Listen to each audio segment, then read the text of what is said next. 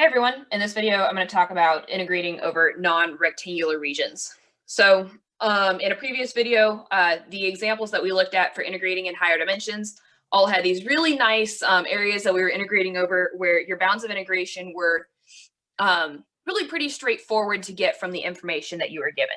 But today I want to talk about some examples where you have to be a little bit creative in figuring out that kind of information. So let's go ahead and get started with an example, and hopefully things will become clear as we work through that. So in our first example here, we are going to integrate f of xy equal to cosine of x squared over the triangular region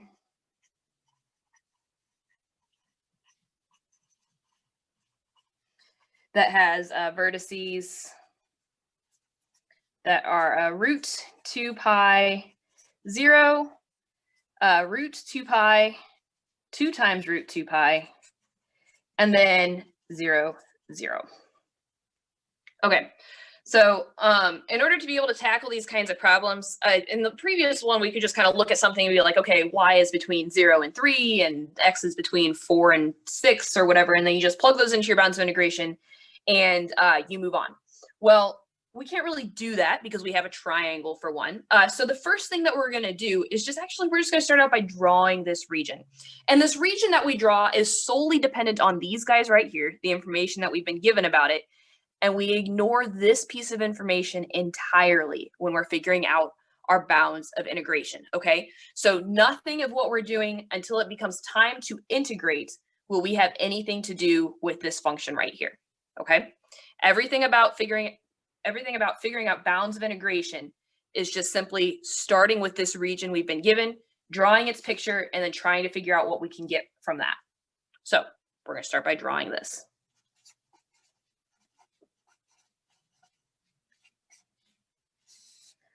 So when we draw this region, well, it's just a triangle, so this one's pretty straightforward to draw. We have a corner at 0, 0, a corner at root 2 pi 0, which is this guy here. And then 2 root pi is going to be the y component for that one right there. I guess I can just call this 2 times 2 root pi. So we have this corner up here. Okay, so that's our region. So along with figuring out, and this is one of the things that's a little bit tricky about this, our next step is to decide which order of integration we want to use. We have two options for order of integration.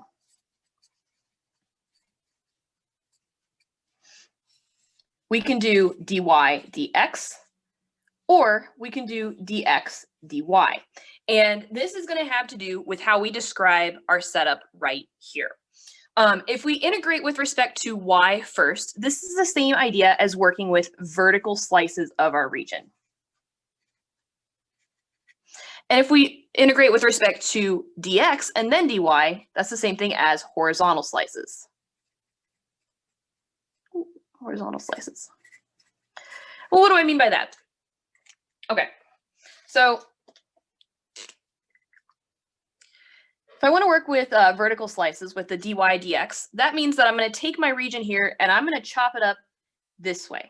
Okay, it means that the bounds of integration that I want to look at first are going to be my y bounds of integration, which means that I want to look at my uppermost value and then go down to my lowermost value in this picture. And so that's going to look like, well, the vertical slices, like so. Okay. If I'm looking at the vertical slices in this case, what I'm going to wind up with as being my upper bound of integration here, well, this is just the line y equal to x. Okay.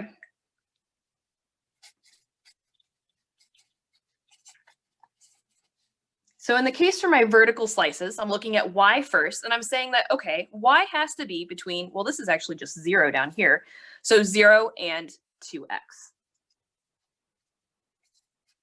Okay. So now after that, I have to work with my x bounds of integration. Well, at this point, we've already gone up and down. Okay, so everything is really just caring about what's along the x-axis. And along the x-axis, we're just going from 0 to 2 pi, or root 2 pi. So that's what x has to be. x is between 0 and root of 2 pi.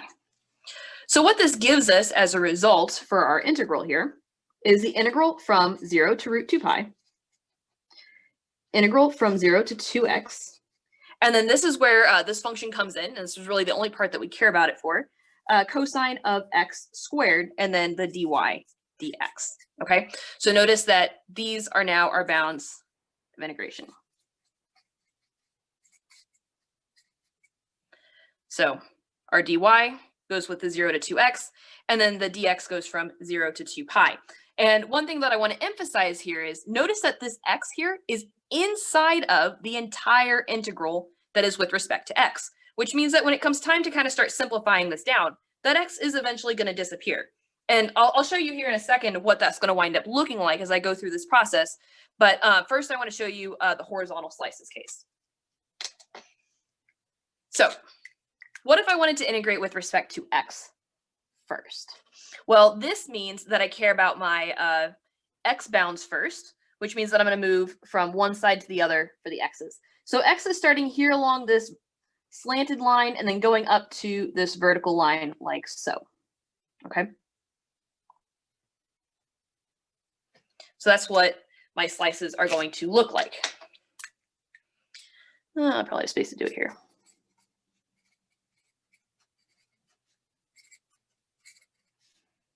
So in this case, we start with the x bounds. Well, x is actually going to be bounded from below by, well, this line here.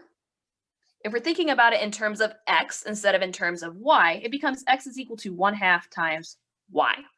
So x has to be greater than 1/2 y, but it's less than or equal to the square root of 2 pi.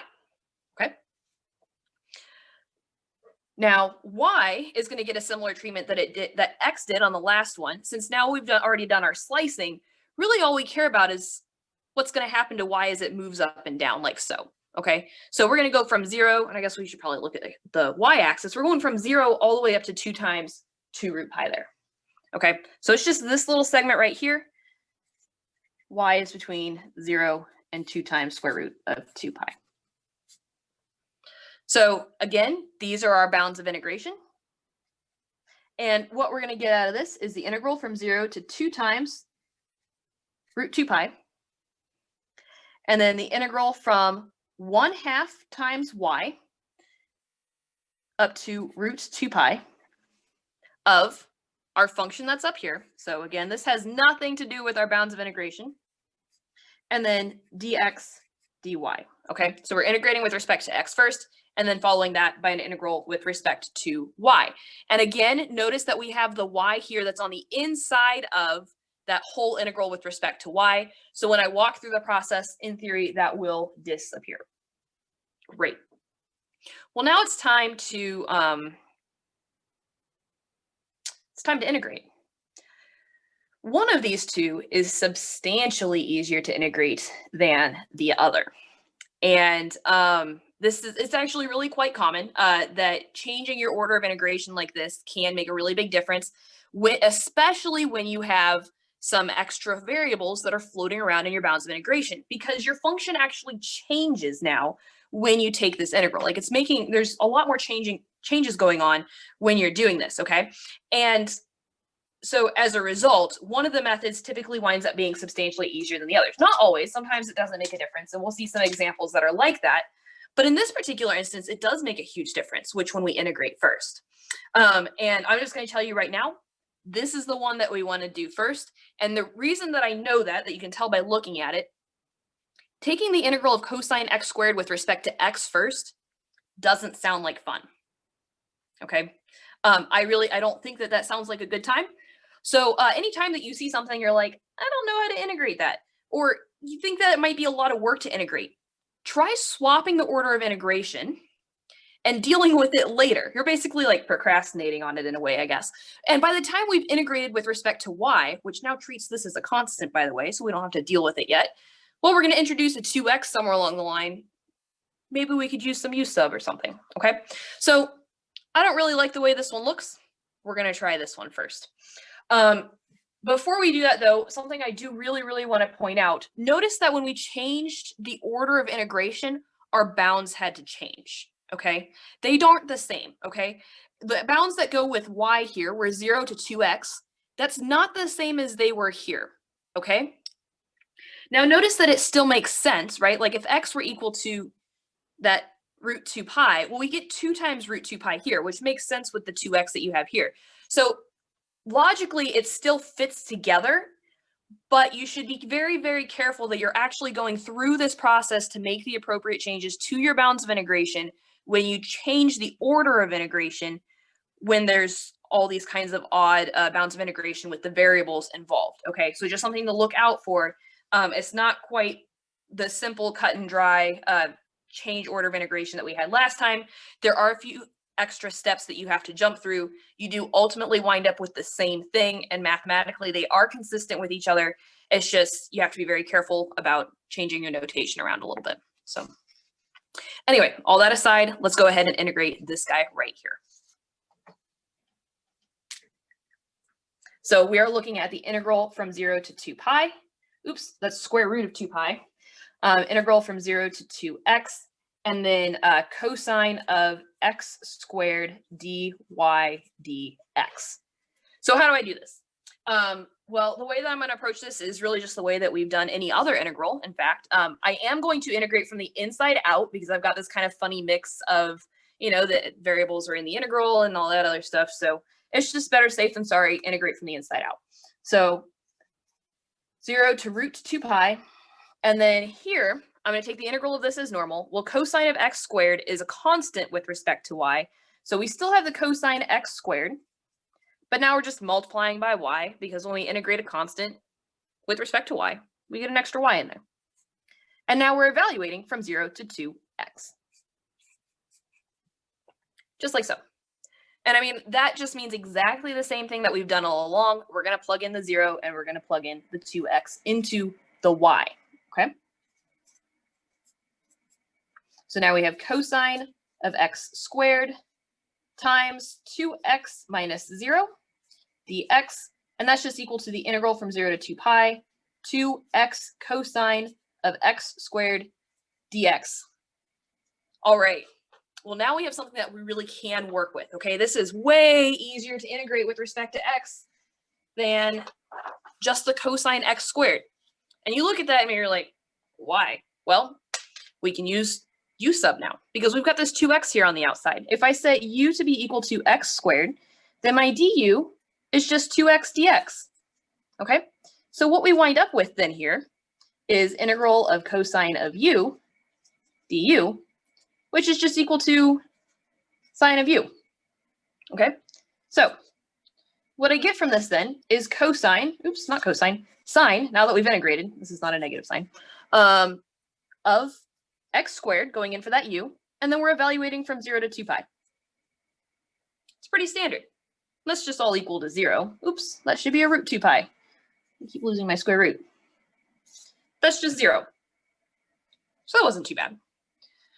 So that's really pretty much all there is to that.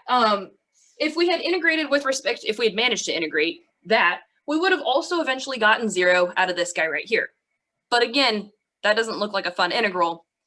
So if we swapped the order of integration, which required some care with our bounds and referring back to our picture, it wound up being a lot easier to work with. We are also still able to talk about the notion of average value. So let's look at that really quick, what that means in these kinds of shapes. So the average value is still the same idea. In fact, from earlier, we said that that was the integral of your function over the domain divided by the size of the domain. Well, I mean, we're still able to find the size of the domain that we're looking at. We just need the area of this triangle right here, okay?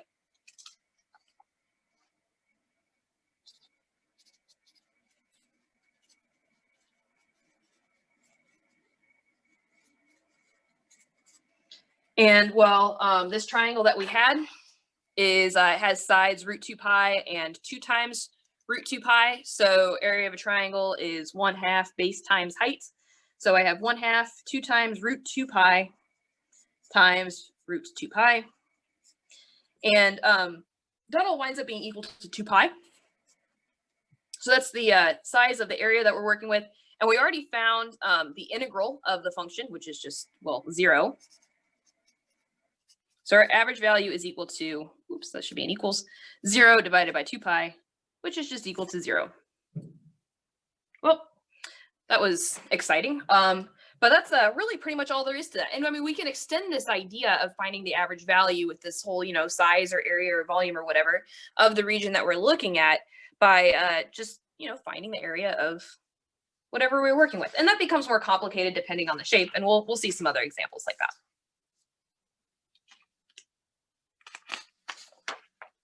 All right, let's do one with a different shaped region that we're looking at. So in this one, we have that f of xy is equal to y squared. And our region is going to be a trapezoid.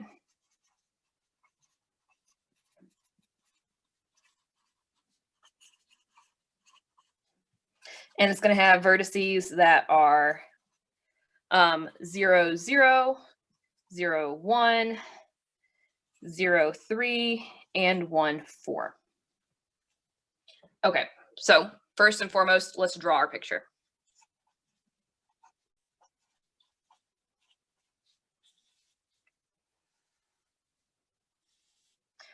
So, well, 0, 0 is right there. That was easy. 1, 0 is going to be right here. And we have 0, 3, 1, 2, 3, and 1, I guess I'll call that 4. So 1, 4. So it's going to look something kind of like this is our region right there. It's a trapezoid. And once again, we have the option of doing either vertical slices or horizontal slices. So let's look at those. So 1, vertical slices. So in this scenario here, we now slice this direction.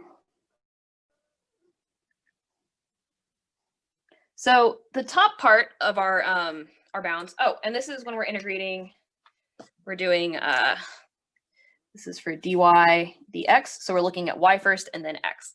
So we are starting up here and then we go down to 0. So we know that 0 has to be less than or equal to y. And then the upper bound for y is whatever this line is right here, which is incidentally, well, this had been a 3. So this is the line x plus 3. Because we have a slope of 1 and it's starting at 3. So y has to be less than or equal to x plus 3. Great. Okay. So what about x? Okay, so now that we're looking at x, well, after we've already done the vertical slices, all we got to do is just worry about what's along the x-axis here, and that's just going from 0 to 1. So that one's pretty straightforward. The trickier one is actually going to be the horizontal slices version, which I'm going to show you that, and then I'll set up these integrals, what they're going to wind up looking like. So 2 horizontal slices. So in this one, what this means is that we are doing the integral with respect to x first, and then the integral with respect to y. And for here, our slicing is going to get a little bit trickier. And the reason for that is along this way, we're pretty constant. Like x starts at 0, goes up to 1. X starts at 0, goes up to 1. Great. Super easy, right? And then all of a sudden, as soon as we hit y equal to 3, it changes. We now have to have x be greater than this line right here, this slopey line. It still gets to go up to 1, but now its lower bound is that sloped line. And so we're looking at actually 2 different portions, 2 different rules for our bounds. So we're going to have to kind of cut our bounds into 2 pieces starting at y equal to 3. So anytime that y is between 0 and 3, right? So on this chunk right here, x always follows the rule that we have 0 less than or equal to x less than or equal to 1, okay? But as soon as we pop up above 3, so y is between 3 and 4, all of a sudden our x values are following a different rule. Our x's are above or beyond this line right here, the sloping line, which is the same line, but now we need the rule in terms of x, which is going to give us y minus 3 instead, okay? So x has to be greater than that, but it's still less than or equal to 1, okay? So we have two different sets of rules, okay?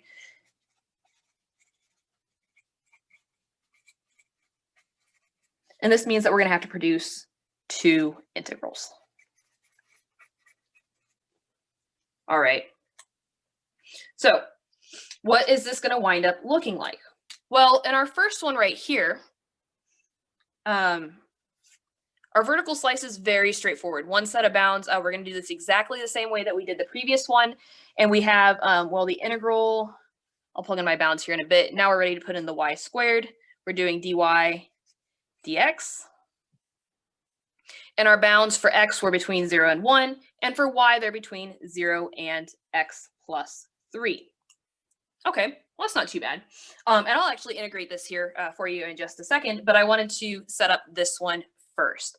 So if we look at our second one with our horizontal slices instead, since we have two different sets of rules now that we're following for our bounds, we have to set up two separate integrals. And what those integrals are going to look like are going to be, well, we have the 0 to 3 rule for y, okay? So we have integral from 0 to 3, integral from 0 to 1, the y squared dx dy, because we're still integrating with respect to x first. So when y is between 0 and 3, our rule is that x is between 0 and 1. But then when we go from y being between 3 and 4, our bounds for x are now y minus 3 to 1. Then we still have y squared dx dy. So we just have to add those two pieces together. All that's happened is that I've taken my region, split it into two pieces. We're doing the integral separately over each one, and then we add them back together. It's kind of a similar trick to dealing with like a function flipping places with another function when you're trying to find the area between two functions in Calc 1. But this one is less work than this one. They give you the same answer. So obviously this is integrable. You can definitely do this problem, but this one is less work. So we're going to do this one instead. All right. So we have the integral from 0 to 1, integral from 0 to x plus 3 of y squared dy dx. Well, integral from 0 to 1 stays put. We're going to integrate y squared. We're going to have 1/3 y cubed, and we're evaluating from 0 to x plus 3 dx. So integral from 0 to 1, 1/3, and then I'm going to have x plus 3 raised to the third power dx. The 0, when I plug it in here, it's just going to become 0. So, all right, now I just got to integrate this guy right here. And I can actually use, there's a couple of different options. You can totally FOIL that out if you want to, and then integrate it. And that actually wouldn't really be too bad to FOIL. You can just use Pascal's triangle or, you know, whatever your favorite trick is for FOILing out a trinomial. Or something to the third power. But I mean, we notice here that this is just an x. It's not cubed, it's not squared, nothing's going on in here that's terribly complicated. I can actually just use u sub on this. So I'm going to say that u is equal to x plus 3. And then du, well, that's just equal to 1. So what I'm going to get out of this, if I want to look at this integral a little bit differently, so I have 1/3 integral of u to the third du. Oops, there should be a dx there. And that's just 1/3 times 1/4 u to the 4th. Well, that's not too bad. Okay, so I've got, well, then 1/12, and then x plus 3 raised to the 4th power, evaluated from 0 to 1. Now, that's not bad at all. I'll let you plug in those numbers. You can see how all that works out. The number that you should get at the end, though, I think is like 175 over 12. So it's not too bad. A lot of times you'll see problems that ask you to, the reason that I show this example is because a lot of times you'll see problems that ask you to say, okay, what is the right way to slice this region so you only wind up with one integral instead of two?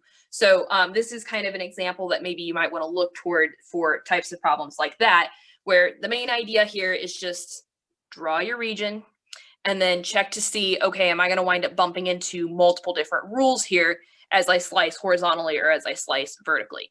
Because when we sliced vertically, the rule was always the same. Okay, we're going from x plus 3 all the way down to 0. But when we sliced horizontally, we saw that we ran across two different rules going from 0 and then to the y minus 3 rule there. So something to be on the lookout for with these types of problems.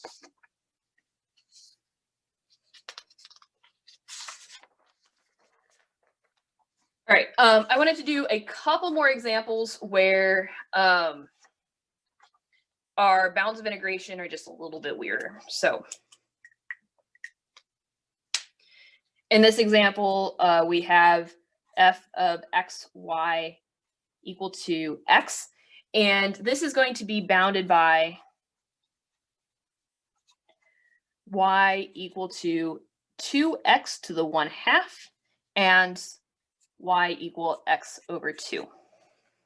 Okay. Well, this is yet another really good reason to draw a picture here because it's not necessarily immediately obvious how things should get set up. So let's draw our picture.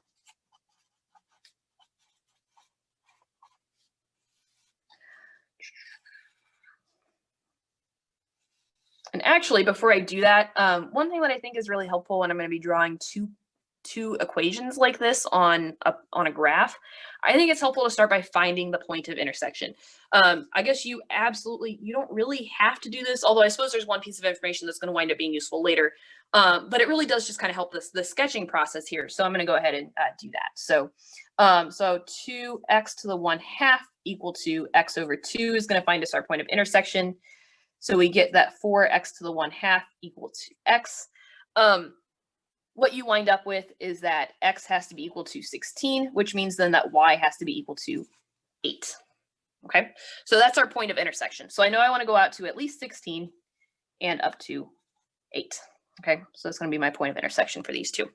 The square root function looks something kind of like that. And x over 2 is, well, it's just going to look kind of like, it's just a straight line. So it's going to look like that. So that's my region that I'm working with. So let's go ahead and decide on our bounds of integration. With this particular one, this is kind of a nice one in that you could really probably slice it either direction. I don't think it really winds up making a difference because, and I guess, okay, maybe this does have a little bit to do with not necessarily the bounds of integration themselves, but with deciding which bounds to use first. You just have an x there. It's very, very simple. You're not taking like cosine of x squared or e to the x squared or something crazy like that. Since there's just an x here, it really isn't going to make it any more difficult or easy to change your bounds of integration or your order of integration when everything, again, here is still all in terms of just like x raised to some power. Okay, so since you're just kind of, you wind up somewhere along the line multiplying different powers of x together, it's not a big deal which direction we slice it. My personal preference is to slice according to the information that we've been given. We were told that we have y equal to 2x to the 1/2 and y equal to x to the 1/2 or x over 2. Since everything is already solved for y, that means we're going to want to use vertical slices first. Okay, that's just me. You can do whatever you want, but I think it's easier that way because that's how the function's already been rearranged. So let's take vertical slices.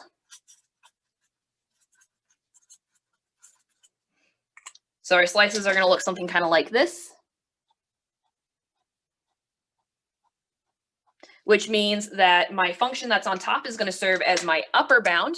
So this is my y equals x to the 1/2, and this is going to be my lower bound, y equals x over 2. Okay, so I know that y is always between those two. Oops, this should be a 2x to the 1/2, like so. And then, so this is where finding the point of intersection, I guess, has a really important role here. I now need to know what x is wedged between. And, well, I already know 0 is pretty easy to see. And then it's just going to go up to whatever this spot up here where they intersect at, and that turned out to be 16. So those guys are going to be our bounds of integration. I'm going to have the integral from 0 to 16, integral from, and now I'm going to have x divided by 2 is my lower bound, 2 to the x to the 1/2, or 2 times x to the 1/2, and then of x dy dx, because again, vertical slices means that we're doing y first. That's why we slice vertically like this, and we get our bounds for y first. And this is just equal to the integral from 0 to 16, x times y, evaluated from x over 2 to 2x to the 1/2 dx. Again, same idea for evaluating here. I just plug these in. So 16, or 0 to 16, x times, and I'm going to get upper minus lower going in for y. So 2x to the 1/2 minus x over 2 dx. At this point, you can integrate using standard techniques. Okay, it's really quite straightforward here. So I'm going to leave that little piece to you. Integrate as normal. But I will tell you the numeric answer that we get out of this, because we're going to use it in just a second. That's going to be equal to 2048 divided by 640. Okay, well, that wasn't too bad. Again, we're just applying these same ideas over and over again. I really try not to get too nervous about the fact that we have, bounds of integration that are given by two functions that maybe look a little bit strange. It's just exactly the same process as what we did earlier. And what's more, we can talk about average value for this as well, okay? I mean, we could have talked about average value on the other one too, but it was kind of more or less the same idea as the previous one, so we didn't really quite go through that. But this one looks a little different, I suppose. So the average value for this, same idea. We're taking the integral of your function f over the domain that you're working with, and you're dividing it by the size of the domain. Okay, well, that's a little bit tricky in this case because, well, this isn't really necessarily a super nice shape. It's not a circle, it's not a square, it's not a triangle or a rectangle or anything like that. But thanks to Calc 1, we know how to find that area. We can just take the integral of the difference between the two functions, okay? So the size of the domain that we're working with, that's just going to be equal to the integral from 0 to 16 of your upper function minus your lower function. Okay, so again, it's just area of this guy right here. We go from 0 to 16 because 16 is the point of intersection, okay? And it's the exact same ideas that we used in Calc 1 to find area between two curves.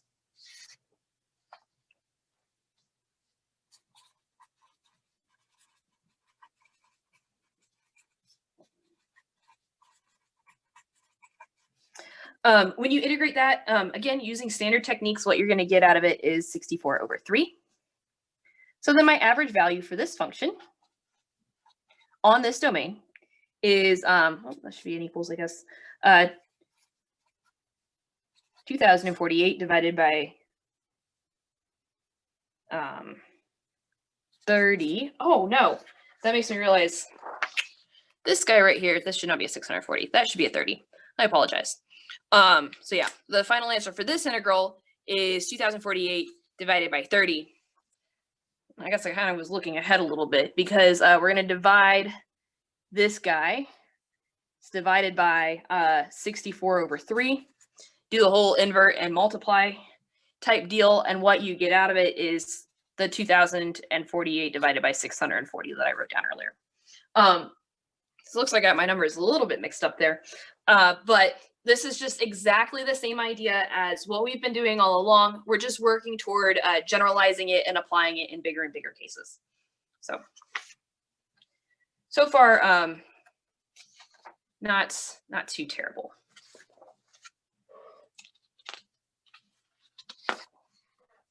Okay. For this one, I want to look at one that's a little bit trickier. So in this example, we have f of x, y, z on the domain obeying the inequalities. 0 less than or equal to z, less than or equal to y, less than or equal to x, less than or equal to 1. Okay.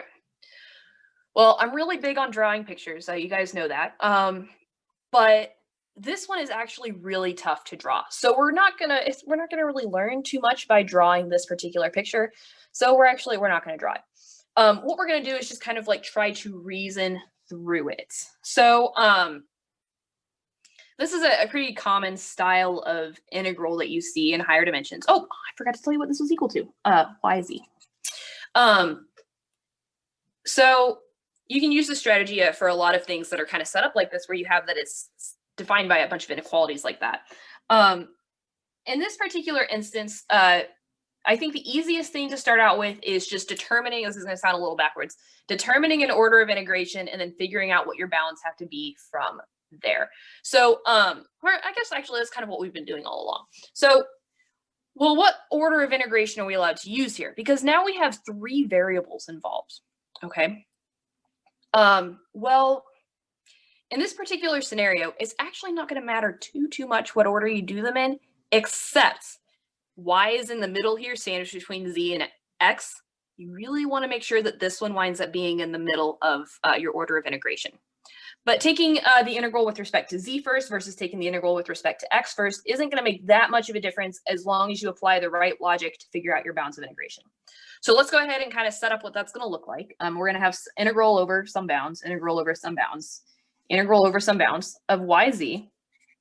And then I'm just going to go ahead and go down the line. Dz, dy, dx. Okay, so now it's just kind of like, we just kind of reason through this a little bit, okay? So we want our bounds for z. Well, we know that z, and actually this one's kind of the easy one, I suppose. Z has to be wedged between 0 and y. Well, y's out here, so it's perfectly acceptable to have y in the boundary here because we know that it's eventually going to go away. So I'm going to go ahead and say that my bounds for z are between 0 and y. Okay. Now, y is kind of a tricky one. And the reason for that is it's going to be really tempting to say, okay, well, y is sandwiched between z and x. Great. Saying that it's less than x, absolutely the right thing to do. Okay, that totally works. We're allowed to plug that in there because the integral for x is outside of this integral, which means that x is eventually going to disappear. The problem is we already did the integral with respect to z. So we need to come up with a lower bound for y that makes sense and doesn't have anything to do with z. Well, if we look at, we kind of go a step back and we say, okay, well, y can actually really be anything, right? Like if z were to be equal to 0, well, y would totally be allowed to be equal to 0. And that's about the smallest y could possibly be. So we can actually go ahead and say that that lower bound there is going to be 0. So y is going to be allowed to range from 0 all the way up to x. Great. Okay, so now x, this is really the easiest one. It can start at 0, okay? You can kind of think about this as almost like the beginning of a waiting line almost, right? Like x is kind of leading the charge, right? So it starts at 0 and it's allowed to vary all the way up to 1, and everything else just has to kind of follow along behind it. So like if x starts down here at 0, it can be whatever it wants between 0 and 1, and then everything else is just subject to x. So the y has to be stuck between, well, 0 and x, and then the z is subject to y. It has to be stuck between the 0 and the y. So the x can go from 0 to 1, and the rest of our bounds really kind of makes sense with that, okay? So like I said, the y can be ranged from 0 to x, because as long as it doesn't exceed x, then we're okay. And as long as z doesn't exceed y, then we're okay. So this right here is our integral. And it's really quite straightforward to compute. You're going to use the exact same ideas that we did in all of our previous problems to compute it. So I'm actually going to leave this one to you to compute, but the setup behind this one is a little bit tricky. So I wanted to make sure to talk about that.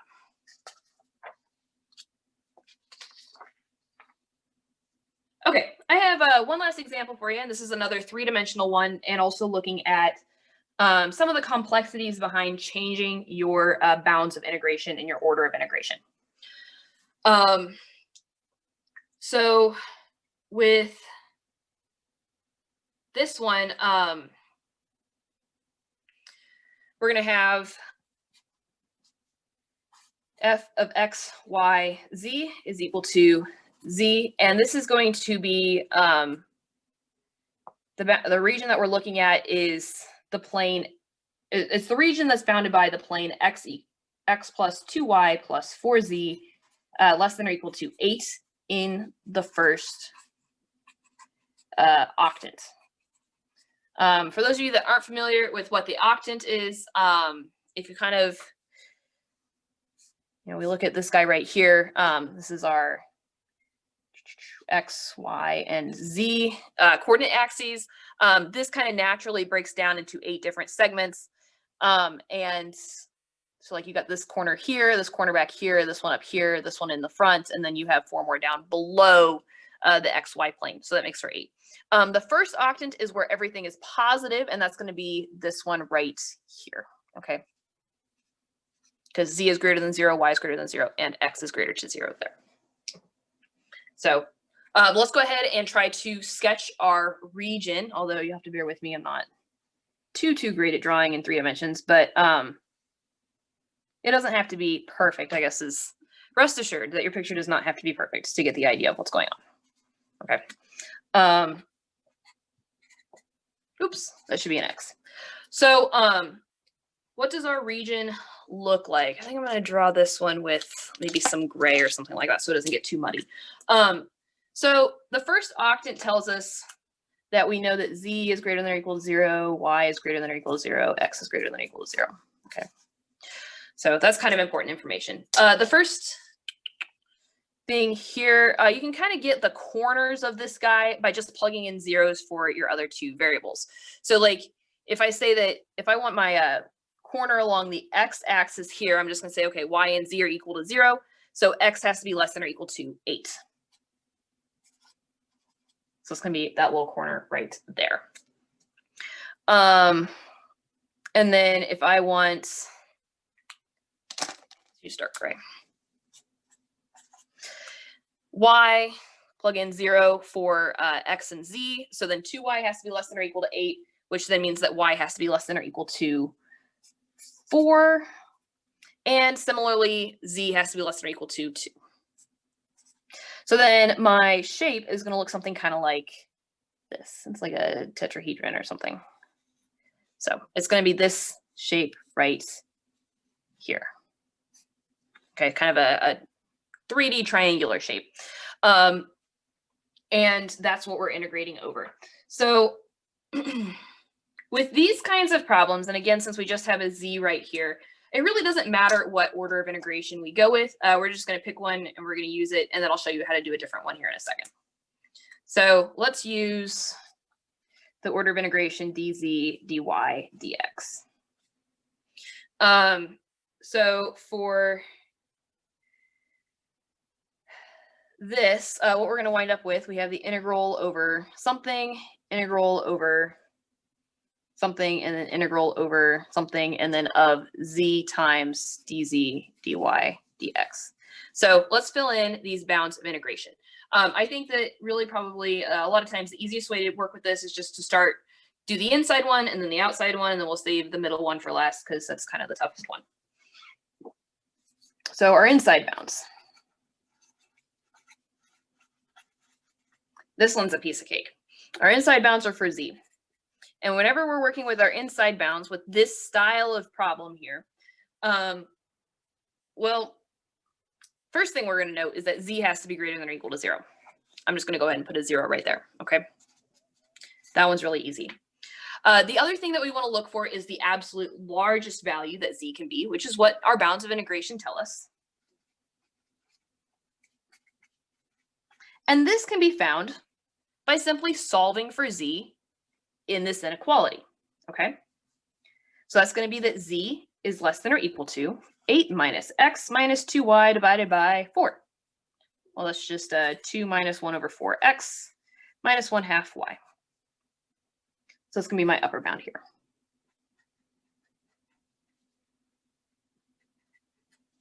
Okay, so now I have those are my bounds for z. I think outside bounds are the next easiest. And that's going to be for x. Well, we already know that x has to be greater than or equal to 0, so I'm going to put that there. And now I want to see the largest value that x can be.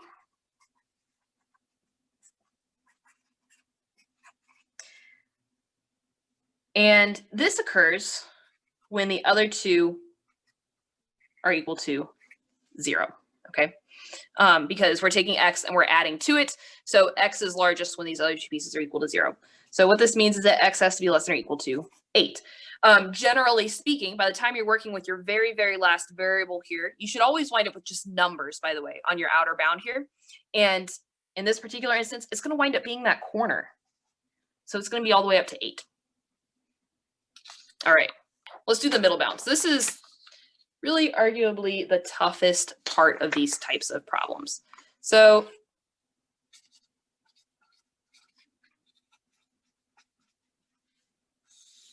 middle bounds. Well, we already know that y is greater than or equal to 0. That piece is pretty straightforward. Okay, that's a given. And honestly, we could have started out by putting zeros all along the bottoms there, and that would have been fine.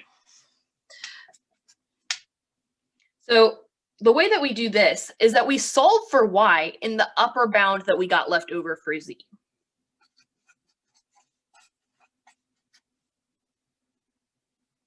And I mean, really the reasoning behind that is that we're actually solving for y when z is equal to 0, okay? And this isn't really just specifically z per se, it's whatever was inside of here, right? So like if we had already done x for our integral, then it would be when x is equal to 0. And the idea behind this is that what we're looking at is we've now taken our whole space and we've just kind of collapsed it down to this shape down here. And we're looking for the largest y can be when it's been projected down to the xy plane, okay? And what that looks like is this little region right here.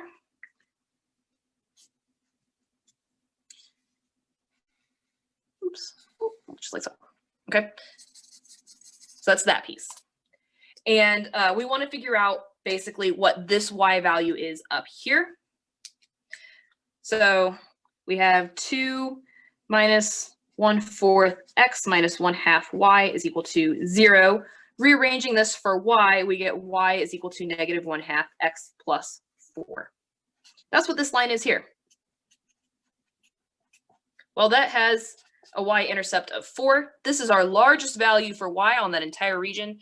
So our upper value here is, well, we can't just look at this upper corner per se, because we can only look at the corners when we're completely done with the with all the integrals here. So kind of keep that 4 in the back of your mind for maybe a different variation on this. But the main thing here is that we're kind of looking back at this idea of vertical slices, like so, okay? Because now we're working with the same style of problem that we did previously. So we're working with vertical slices. So this guy right here is our upper bound, and y is wedged between 0 and the negative 1/2 x plus 4, okay? And that's what goes in there. That's pretty much all there is to it. It's really actually, it's a little bit convoluted, but really actually not quite that bad. So, but I talked about a little bit about, you know, like changing bounds of integration or changing the order of integration. So let's look at what that looks like in this context. So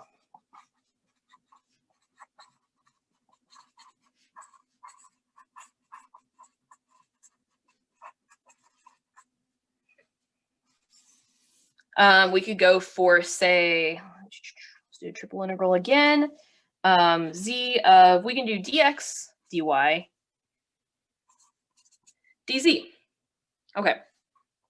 I'm going to go ahead and sketch my region again, just so we kind of have that to look at. So this was 2, 4, and 8 out here, because it's our x, our y, and our z. So we're looking at this region here. Okay. So, well, we can start with our inside bounds.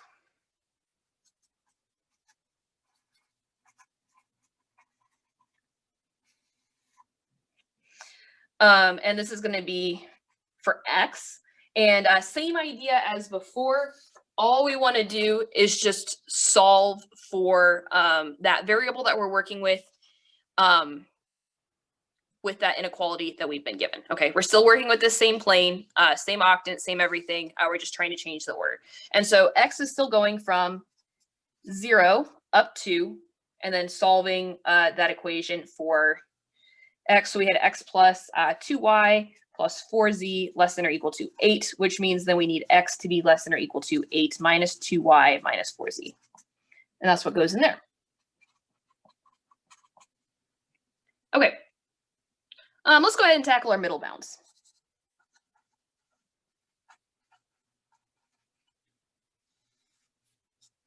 Well, so when we're working with our middle bounds, now all of a sudden we're taking this whole region here and we're squishing it up against, well, we just have y and z left in the mix now, right? So we're just looking at, now it's going to be this part right here. It's this face along the zy plane. And well, what we do is we have y greater than or equal to 0, and then we set 0 equal to this guy right here. We're assuming that x is equal to 0. So 8 minus 2y minus 4z. And what we get as a result is we want y to be below that line. So we know we need y to be less than or equal to 4 minus 2z after you solve for y in there. So, and the last one is the easiest.